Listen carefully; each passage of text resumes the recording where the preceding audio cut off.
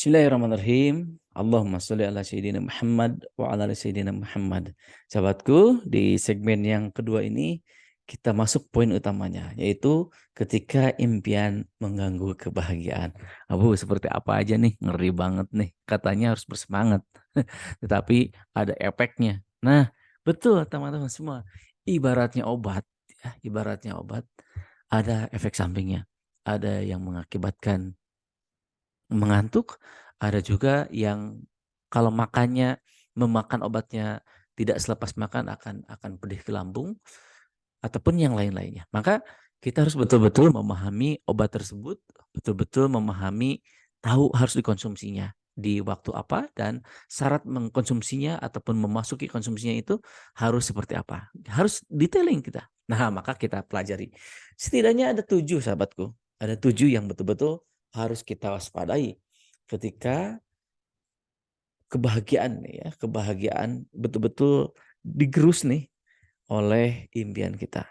Jadi ini tentu andai kita tidak mempunyai tauhid yang bagus, kita tidak mempunyai kepasrahan kepada Allah Subhanahu wa taala. Nah, ada 7 poin nih. Mari kita masuk satu persatu sahabatku. Yang pertama, semakin besar goal, semakin tinggi tekanan.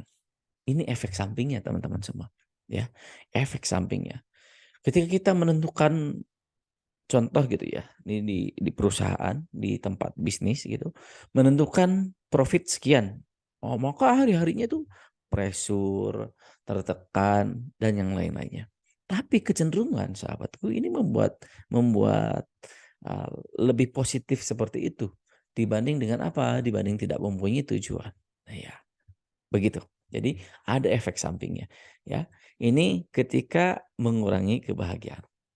Nah, selanjutnya apa, Abu? Goals kita ini, tujuan kita ini, ya, ketika kita menyusun impian, menyusun harapan, baik untuk perusahaan, pribadi, keluarga, gitu, membatasi ruang gerak, gitu, membatasi ruang gerak. Contoh, misalkan, sahabat semua, karena dreamnya mengunjungi Baitullah melalui umrah, kita dimudahkan oleh Allah untuk sholat di masjid. Teman-teman semua tidak mensyukurinya. Padahal itu harus disyukuri oleh kita. Harus disyukuri. Nah, teman-teman, pagi tadi salat subuh di masjid untuk yang Ikhwan. Salat subuh di masjid. Kalau salat subuh di masjid, mari kita syukuri. Alhamdulillah, terima kasih Allah. Saya dimudahkan untuk salat berjamaah di masjid. Syukuri. Syukuri itu. Untuk yang muslimah nih, cek nih. Dini hari tadi, salat tahajud. Abu, alhamdulillah salat tahajud. Syukuri itu. Syukuri. Gitu. Syukuri, alhamdulillah. Terima kasih ya Allah. Engkau mudahkan hamba sholat tahajud. Gitu. Itu harus disyukuri.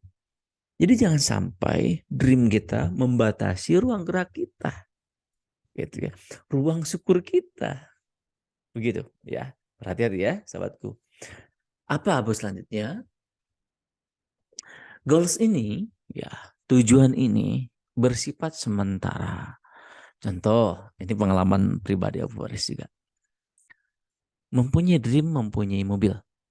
Ketika tercapai mobil, apakah masih mengejar mobil yang lain? Temporary, teman-teman semua. Nah, biasanya cukup, alhamdulillah. Nah, selepas itu, apalagi? Ya, fokus lagi dengan yang lain. Nah, artinya goals ini, life planning ini, ya, perencanaan-perencanaan itu, kita mempunyai ada luarsanya, ibaratnya makanan. Nah, ada masa kadaluarsanya. Kalau sudah memasuki kadaluarsa, kita sudah cukupkan saja. Gitu. Cukupkan saja, cukupkan. Nah, begitu. Ini penting kita punya ini. Ya, kita penting mempunyai ini. Lalu apalagi Abu? Ya, apalagi? Ya, yang selanjutnya keempat adalah goals menyempitkan fokus kita. Menyempitkan fokus kita. Nah, teman-teman semua, ini contoh ya pendengar MKFM ini, baik yang di Bandung, di Jogja, dan yang menyimak live streaming, yang di Subang, di tempat-tempat yang lainnya. Menyempitkan fokusnya. Fokusnya itu hanya ibaratnya pandangan hanya pandangan ke situ. Nah, kurang melirik kiri kanan gitu. Tidak sedikit ada teman yang menunda silaturahimnya, berjumpa karena fokus kepada tujuannya. Ada seorang teman di salah satu komunitas. Kami ada aktivitas olahraga bersama gitu ya. Nah, teman saya bilang, nanti sajalah saya olahraganya selepas target saya tercapai. Saya prihatin sekali dengan teman saya tersebut. Saya ajak, yuk olahraga lah, kita jaga kesehatan kita. Ya ujung-ujungnya teman-teman semua, ya kesehatan harus di maintenance, harus minum obat ataupun yang lainnya. Padahal olahraga itu penting. Ya, seperti teladan Nabi, olahraga itu bisa meningkatkan kebahagiaan kita. Ya, meningkatkan, meluapkan, melepaskan emosi kita. Maka dalam riwayat Abu Faris membaca dan memahami gitu ya, mentadaburinya. Ketika kita rihlah gitu ya, entah itu ke alam, entah itu ke destinasi-destinasi lain, itu kita semua insya Allah terbuka kebaikan-kebaikan. Ya, jadi seperti itu teman-teman semua. Betul kita mempunyai tujuan, maka kita harus menuju kepada tujuan tersebut, tetapi jangan sampai kita menyempitkan sunnah-sunnah, ya, sunnah silaturahim, gitu ya. Selanjutnya juga sunnah berolahraga, gitu. Dan yang lainnya, belajar pun gitu ya. Belajar thalabul ilmi pun menjadi bahagia, begitu. Jadi jangan sampai dream kita menyempitkan kebahagiaan kita. Jadi ini efek negatif yang betul-betul harus kita hindari. Ini Abu Faris menyampaikan kepada sahabat semua. Mudah-mudahan pelan-pelan kita memahaminya dan kita bisa menghindarinya. Begitu tujuan kita ini. Abu, apalagi yang kelimanya adalah berpotensi menurunkan kepercayaan diri. Oh gitu Abu? Ya betul. Ketika apa? Ketika tidak tercapai. Gitu. Ketika dreamnya, misalkan contoh 100%, yang tercapai itu 70%, berpotensi menurunkan kepercayaan diri kita. Ini berpotensi ya. Nah, contohnya apa Bu? Nah, ketika teman-teman semua ingin membeli mobil dengan merek tertentu, tercapainya merek tertentu dan tahun tertentu, ya ini kalau mobilnya second, maka percaya dirinya tuh berkurang. So berhati-hatilah, hati-hati. Itulah kenapa Abu Faris langsung memasukkan di awal, kita harus mempunyai tauhid yang bagus. Kalau mempunyai tauhid yang bagus, kita pasti bersyukur kepada Allah. Diberi banyak bersyukur, diberi setengahnya bersyukur, ya kita selalu bersyukur. Jadi jangan sampai menurunkan kepercayaan diri kita. Apalagi Abu, contoh-contohnya. Contoh teman-teman semua, sahabat semua mempunyai dream beli rumah tipe 45. Tapi biiznillah tercapainya tipe 36.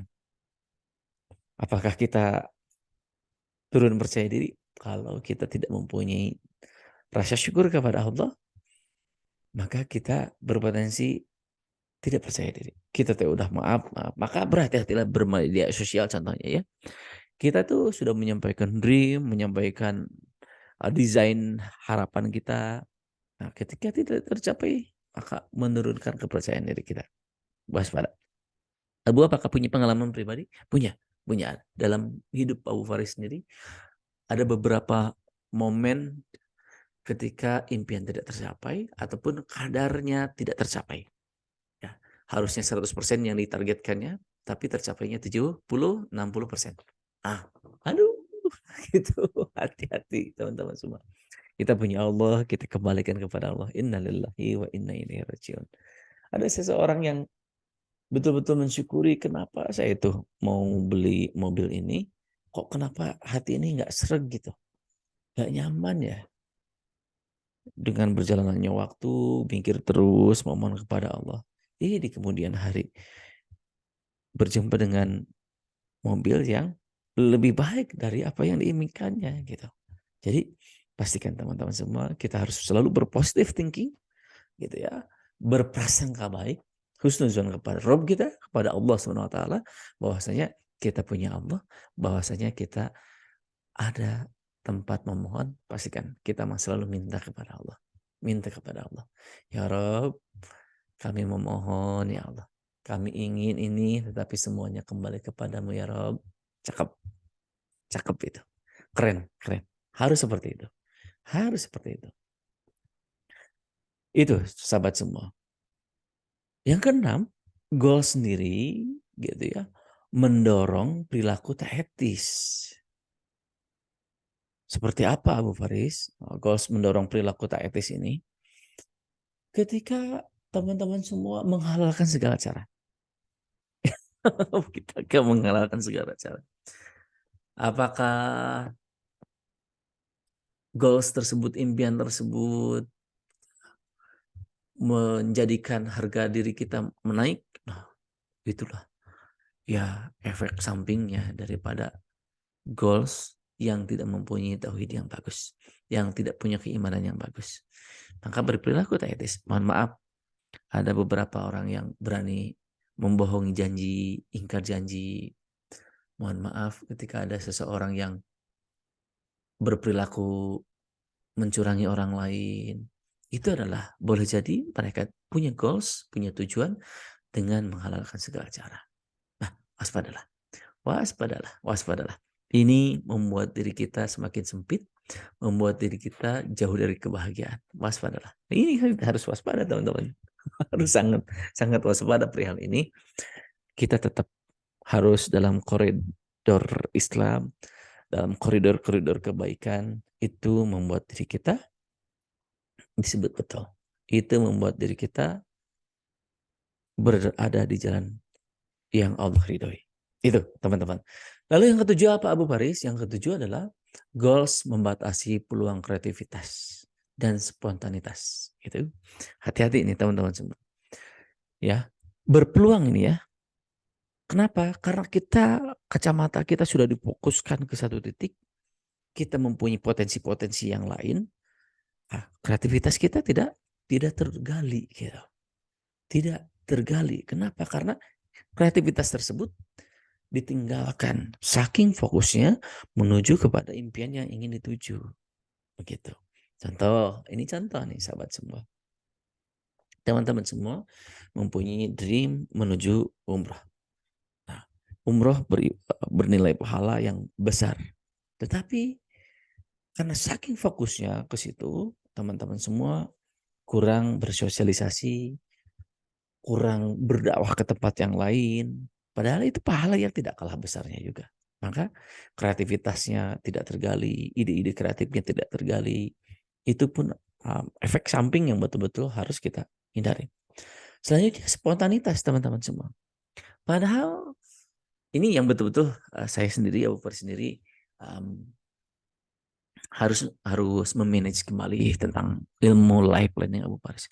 Terkadang Abu Faris kurang menyukai tentang spontanitas.